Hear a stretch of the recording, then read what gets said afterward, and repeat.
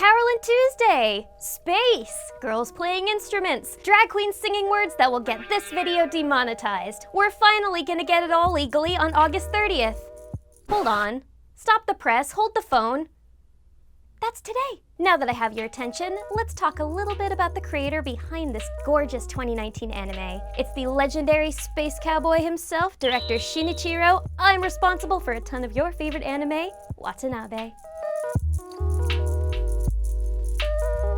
So most of us anime fans have definitely heard this name before, but for those who haven't, Shinichiro Watanabe is the guy who has given us timeless classics that you've probably seen if you grew up on Adult Swim or literally any anime forum. I'm talking Cowboy Bebop, Samurai Champloo, Space Dandy, and most recently, Carole and Tuesday. All of these shows, among other things that Watanabe had a hand in, have a unique flavor to them that really separates his work from most anime out there. If you have watched any of them, then you could probably recognize some of the little touches and patterns that make a Watanabe anime, well, a Watanabe anime. Carole and Tuesday is about two young misfit girls that form a musical duo in the artificial intelligence age. So, of course, the music is going to be an instrumental factor into the series. Literally, when Watanabe is in charge, you know he's not going to cheap out on the quality of that music. It's a staple in his work. I can't be the only one who gets chills every time I listen to The Loneliest Girl. I'm a real sucker for sad girl music, so this is already super up my alley. But damn,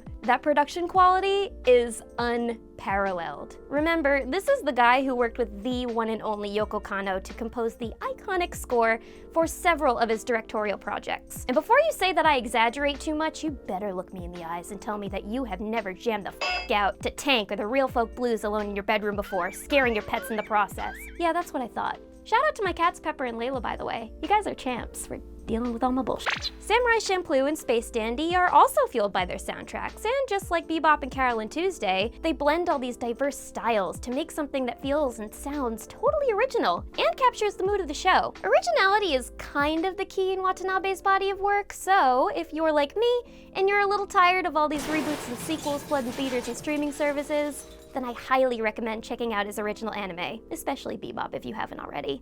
It's so good, guys. How did this prominent industry figure get to where he is now, though? Born and raised in Kyoto, Shinichiro Watanabe, like many anime directors, dreamed of being a filmmaker from a young age. Unlike a lot of other creators, however, Watanabe didn't pursue higher ed to kickstart his career. Instead, he decided to teach himself the rules of filmmaking by reading lots of books and studying the films and anime he grew up watching. In an interview with OtaQuest, Watanabe said there was no proper education to instruct directors in the anime industry at that time. Well, what better way to achieve your dream than to take matters into your own hands? Well done, Watanabe. You saved yourself from mountains of student loan debt. Something that, many of us can't achieve. His hard work and self-taught studies paid off when he got his first industry job at Nippon Sunrise. In that same interview, when asked about why he joined that particular studio, his response was, "I felt like Sunrise was a studio that actively sought to animate original works, rather than adaptations of pre-existing manga series. If I was going to get into the animation industry, I wanted to create my own works, rather than adopting someone else's series." Spoken like a true film snob, my friend. In all seriousness, however, this makes total sense as Watanabe was less into the whole anime thing and was more inspired by films and Western media. This isn't to say he didn't enjoy any anime. In fact, one of his biggest inspirations for Cowboy Bebop was Masaki Osumi's series Lupin III, because of its more outwardly adult themes and tone. He was even a music producer for The Woman Called Fujiko Mine in 2012. However, it's pretty clear that most of his influence lies in American films and music, specifically 1940s jazz, Western movies, and hip-hop. At the time when Watanabe was first working at Sunrise, one genre of anime was completely dominating the scene: mecha. If your anime didn't have a giant robot in it, then what was the point? Who was gonna watch your stupid mechless high school rom-com? Nobody. That's who. You turds. Anyway, since mecha anime were the power players driving home all the toy sales at the time, Watanabe's first projects were mainly in that category. He did a little bit of everything from production management to storyboarding and even episode direction. His breakthrough directorial debut in 1994 was Macross Plus, a 4-episode OVA and later a feature-length re-release in the Macross franchise. Macross Plus was known for a lot of things, including being an early example of combining traditional cel-shaded animation with CG animation. And its breathtaking soundtrack was also composed by Yoko Kanno. The most Watanabe thing about the OVA, however, was its more character-driven story in comparison with the rest of the Macross franchise. The stakes weren't nearly as high, and character relationships between the mecha pilots were at the forefront of the story. Even the character designs have a distinct Watanabe look to them. Myung definitely has a Faye Valentine thing going on, you know, minus the, yellow top? Speaking of my true love... waifu, Faye, Watanabe eventually moved on from Macross to begin his first project that he could truly call his own, Cowboy Bebop.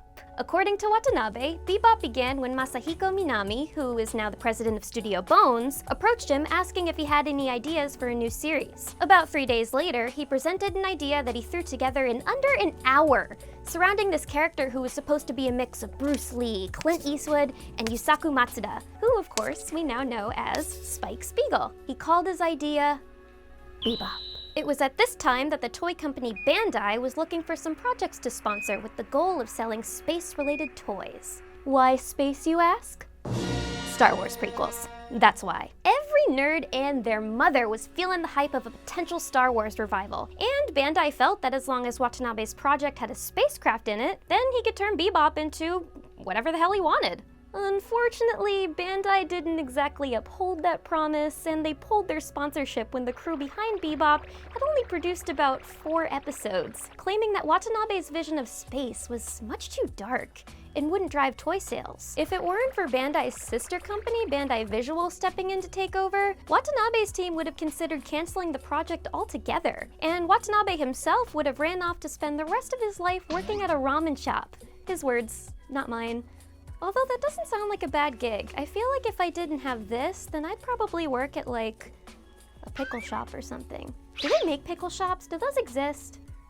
I think so. I really like pickles, guys. Interestingly enough, a lot of internal stakeholders didn't have faith in Cowboy Bebop, saying that it was too mature and too pretentious for wide anime audiences. Watanabe, however, ignored those haters and rallied his animation team, promising that Bebop would be something truly memorable at least 10 years down the line. Oh boy, was he right. Bebop was a huge, widespread success, with critics and fans alike praising its endearing characters, stylized aesthetic, and all-star voice cast in both the Japanese and English releases. Many even said that it's the best anime of all time. While this is all completely subjective, it's true that the show is undoubtedly influential, and its influence has extended far beyond just anime. Netflix, please don't disappoint me with that live-action series. It actually looks promising. You're already on thin ice with me after canceling Tuca and Birdie. This is a bit of an aside, but to me, Bebop is a really important show with so much significance to anime altogether.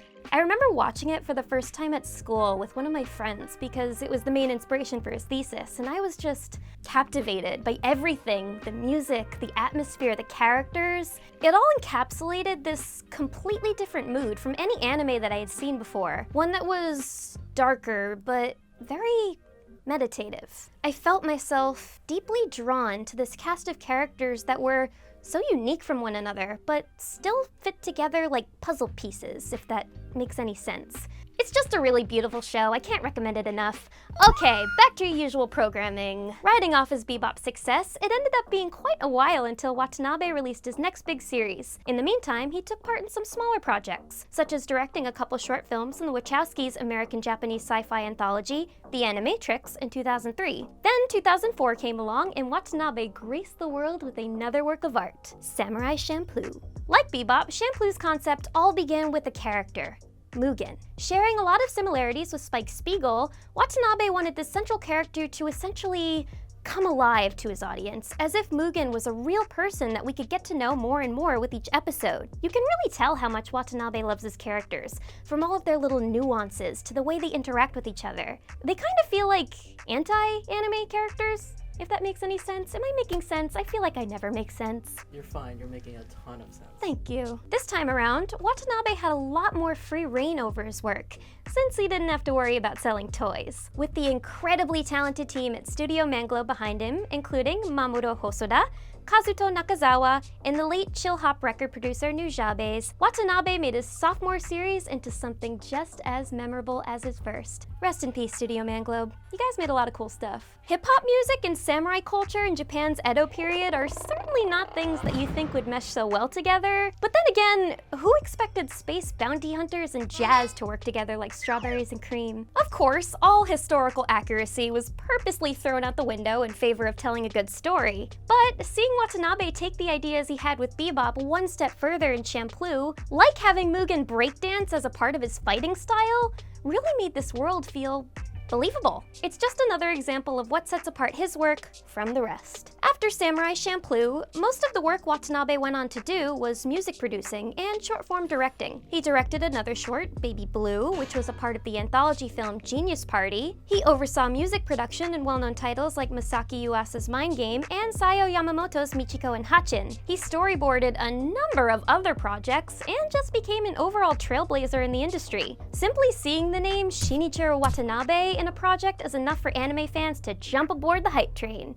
including this anime fan. The first half of the current decade gave us 3 more Watanabe Helm shows, one being a coming-of-age story about a group of young musicians in the mid-1960s called Kids on the Slope, another being a rather controversial psychological thriller about the minds behind a heinous terrorist attack on Tokyo called Terror in Resonance. Then finally, there was Space Dandy, which was probably one of Watanabe's most collaborative efforts? Every episode was brought to life by a different team of writers, artists, animators, and music producers, most of those writers actually having previously worked on Cowboy Bebop. Watanabe allowed these teams to seemingly have endless creative freedom, as he wanted each of the aliens in the show to truly look alien from one another. His only strict rule was to keep the music score pre-1984, so it would match with the late 70s, early 80s discotheque-fueled themes within the series. So no new wave, unfortunately. But one day I'll get my Talking Heads anime.